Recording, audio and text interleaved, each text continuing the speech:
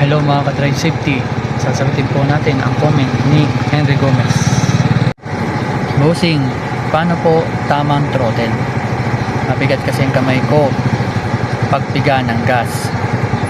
Na-trauma ako nun sa diyo ng barkada ko ng 90s na wheelie.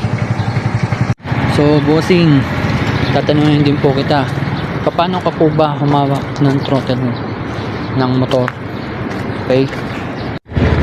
Okay bossing, so ganito po yung tamang paghawak ng throttle.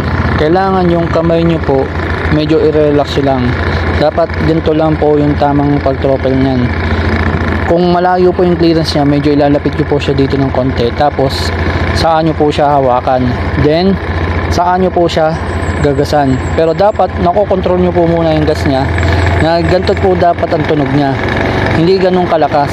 Okay, pero kung ganito po kayo humawak ng throttle, ginaganyan po agad, malakas po agad talaga yon. So talagang ititilapon po talaga kayo. Dapat yung kamay nyo halos ganyan lang po dapat, hindi nyo lalagyan ng buwelo.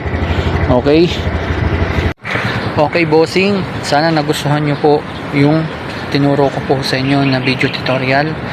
Kung may mga katanungan pa po kayo, mag-comment lamang po kayo. Maraming salamat.